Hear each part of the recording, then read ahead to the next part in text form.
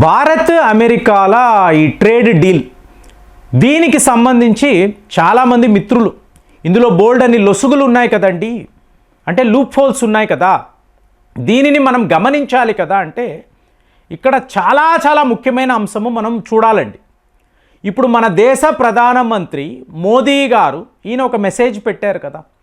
ఈ మెసేజ్ని మీరు గమనించారు అంటే ఏంటి, ఈ ట్రేడ్ డీల్కి సంబంధించి ఎటువంటి ప్రస్తావన లేదు. ఆయన మాట్లాడింది 18% ట్యాక్స్ గురించి మాత్రమే. సో మీరు ఇలా ట్యాక్స్ తగ్గించారు, మాకు చాలా ఆనందం. 140 కోట్ల మంది ప్రజలు భారతీయులు ఇదే కోరుకున్నారు, మీరు ఇచ్చారు, వీఆర్ హ్యాపీ, అంతే. ట్రేడ్ డీల్ గురించి మాట్లాడలేదు. కాబట్టి మీ దేశ ప్రధానియే దీని గురించి ప్రస్తావించడం లేదు. మరి అలాంటప్పుడు ఇందులో ఏముంది మెల్లమెల్లగా తెలుస్తుందండి. సో అందరూ గమనిస్తున్నారు, వీ నో ఇట్. ట్రంప్ గురించి తెలుసు, అమెరికా గురించి మనకు బాగా తెలుసు. కానీ ఇక్కడ విషయం ఏమిటి అంటే పాకిస్తాన్ ప్రజలు వాళ్ళ సోషల్ మీడియా, ముఖ్యంగా యూట్యూబ్లో ఉన్నవాళ్ళు, ఈ యూట్యూబ్ ప్రెజెంటర్స్ ఉంటారు చూసారా, వాళ్ళ వెర్షన్, అలాగే ఈ జోకులు, కార్టూన్స్, మీమ్స్, ట్రోల్స్ మీకు షాకింగ్గా ఉందండి. అంటే మనకన్నా వాళ్ళ రియాక్షన్ చాలా భయంకరంగా ఉంది.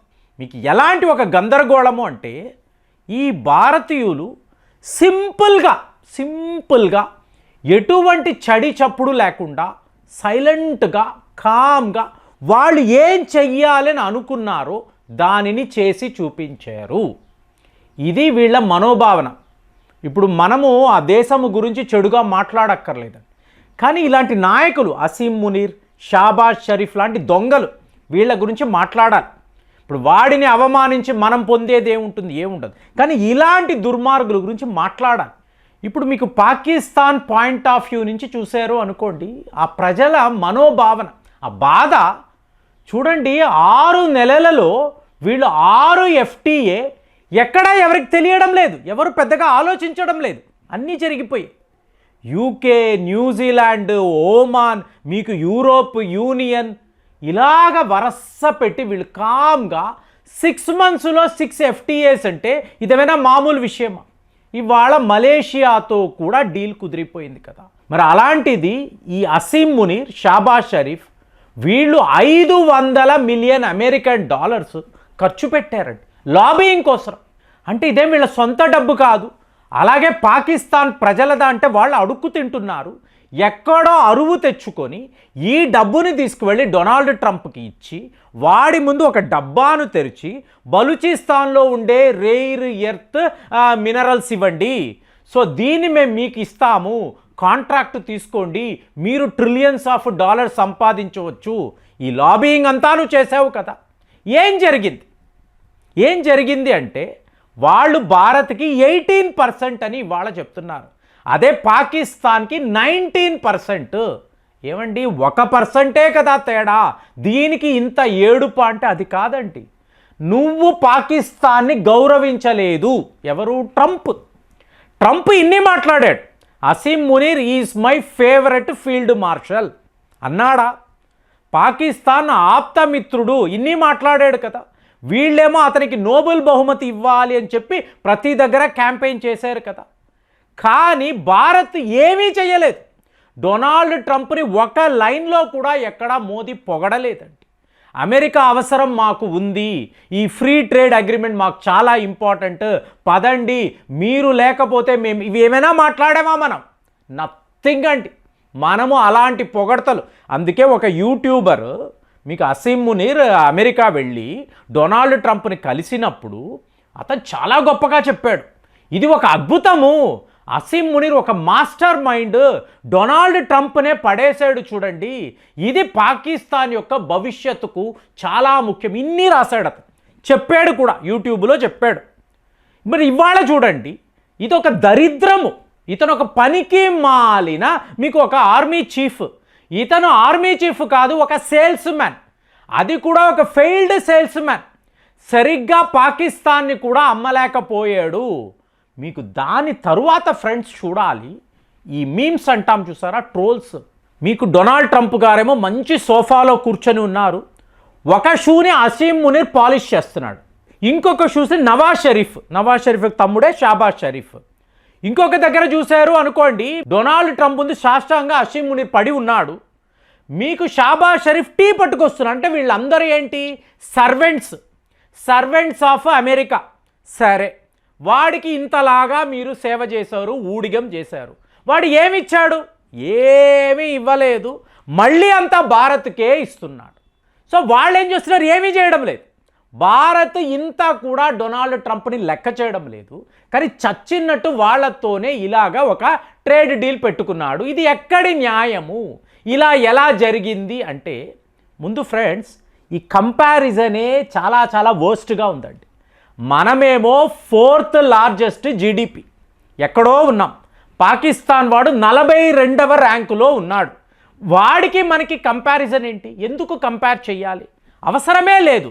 కానీ ఇక్కడ ఏంటంటే, పాకిస్తాన్ లాంటి ఒక దేశము, మన నుంచి విడిపోయిన దేశము, అలాంటి దేశానికి ఇలాంటి ఒక దౌర్భాగ్యకరమైన పరిస్థితి, ఇలాంటి దరిద్రుల చేతుల్లో ఆ దేశాన్ని పెట్టారు. ప్రజలు ఎంత కష్టపడుతున్నారు, ఈ బాధ ఉంటుంది కదా. ఇప్పుడు మనం సింధు దేశం అంటామండి. రేపు వాళ్ళు విడిపోతే భారత్తోనే కదా కలుస్తారు, అవునా? సో వాళ్ళు మన వాళ్ళే. రేపు పీఓకే అంటాం. ఇప్పుడు అమెరికా వాడే ఒప్పేసుకున్నాడు కదా, పీఓకే భారత్కు చెందిన భూభాగము, ఫైనల్గా వాళ్ళు తీసుకోవాలి. ఇప్పుడు మనం మిలిటరీ ఆపరేషన్ చేస్తే అమెరికా వాడు ఏం చేస్తాడు? సైలెంట్. ఇది వాడే చెప్పాడు కదా. సో ఇదే అవకాశం అండి, ఇదే గోల్డెన్ ఆపర్చునిటీ. అయినా పీఓకే ఎవరిది? మనదే. ఇప్పుడు పాకిస్తాన్ ఆక్యుపైడ్ అంటున్నాం. రేపు అక్సై చిన్ అనండి, అక్సై చిన్ తీసుకుంటే అది కూడా మనదే కదా. ఇప్పుడు చైనాలో ఉంది అంటున్నారు కదా. సో మీరు ఓవరాల్గా చూసారనుకోండి, ఈ భూభాగాలంతా కూడా మనకు చెందినవి కాబట్టి, అక్కడ నివసించే ప్రజలు కూడా మనవాళ్లే కాబట్టి, వాళ్ళ బాధను మనం గమనించాలి. ఏమీ చెయ్యలేము, గమనించాలి. ఇలాంటి వాళ్ళు ఇట్లాంటి దరిద్రుల చేతుల్లో ఎందుకు ఉన్నారు? ఇవాళ పాకిస్తాన్ ఆర్మీ కూడా ఇదే భావిస్తుందండి. ఇంతంత డబ్బును తీసుకువెళ్ళి అమెరికా వాడికి ఇచ్చి, ఇంత పెద్ద లెవెల్లో లాబింగ్ చేసి, ఫైనల్గా మీకు జీరో రిజల్ట్స్, ఏమీ చెయ్యలేకపోయారు. ఇదా హషీమ్ మునీర్ యొక్క హీరోయిక్ అడ్వెంచర్. అబ్బా, నేను వైట్ హౌస్లోకే వెళ్ళిపోయాను, డొనాల్డ్ ట్రంప్తో భోజనము చేశాను, వాడి పక్కన నిలబడుకొని ఫోటో తీశాను. అందుకే చూడండి, ఒక పాకిస్తాన్ యూట్యూబర్ ఒక అద్భుతమైన అబ్జర్వేషన్ చేశాడు. ఇప్పుడు ఈరా అన్నప్పుడు మోదీ ఈరా. భారత్ ఏం చేస్తుందో గమనించండి. వాళ్ళు ఎవరికి ఎటువంటి లాబింగ్ చెయ్యరండి. వాళ్ళు ఎవరిని కూడా పొగడరు, ఎవరితో యుద్ధము కూడా కోరుకోరు. వాళ్ళు ఎలా చూస్తున్నారు ఈ ప్రపంచాన్ని అంటే, వ్యాపారము, మంచి లాభాలు, మీకు ఎగుమతులు, ప్రజల యొక్క బయ్యింగ్ కెపాసిటీ అనేది పెరగాలి, వాళ్ళ జీవన విధానము అనేది మెరుగ్గా ఉండాలి, వాళ్ళు బాగుండాలి. ఇదే మీకు ఇవాళ ప్రతి ఒక్క దేశము ఇదే కోరుకుంటుంది. కాబట్టే భారత్తో ఇన్ని ఫ్రీ ట్రేడ్ అగ్రిమెంట్స్ వీళ్ళు వేసుకుంటున్నారు. కానీ మనం ఏం చేస్తున్నాం అంటే, పాకిస్తాన్ ఏం చేస్తుంది? ఇంకా కూడా వాడిని పొగిడేసి, వాడి పక్కన నిలబడుకొని ఫోటోలు తీసుకొని, అయ్యా నువ్వు చాలా గొప్పవాడివి, నీకు నోబెల్ బహుమతి, ఇలా పొగిడితే అయిపోతుందా? నీ వ్యాపారం ఏమిటి? నీ ట్రేడ్ ఏంటి? నీ ఎక్స్పోర్ట్స్ ఏంటి? నీ దేశంలో ఎలాంటి మ్యానుఫ్యాక్చరింగ్ యూనిట్స్ ఉన్నాయి? ఏమీ లేవు. ఇలాగే నువ్వు భారత్ చేతిలో ఓడిపోయేవని వాళ్ళు, మనం కాదండి, వాళ్ళు చెప్తున్నారు. అలాంటిది పాకిస్తాన్ ప్రజలు ఎంతలా బాధపడుతున్నారు. ఇలాంటి దరిద్రుల పాలనలో మా దేశము ఏమైపోతా, ఆల్రెడీ డిస్ట్రాయ్ అయిపోయింది, ఇంకా కూడా ఎలాంటి విధ్వంసాన్ని చూడబోతున్నాము. ఇది వాళ్ళ బాధ. మరి ఆ మీమ్స్ మీరు చూసారా? ఆ ట్రోల్స్ని ఒకసారి చూడండి.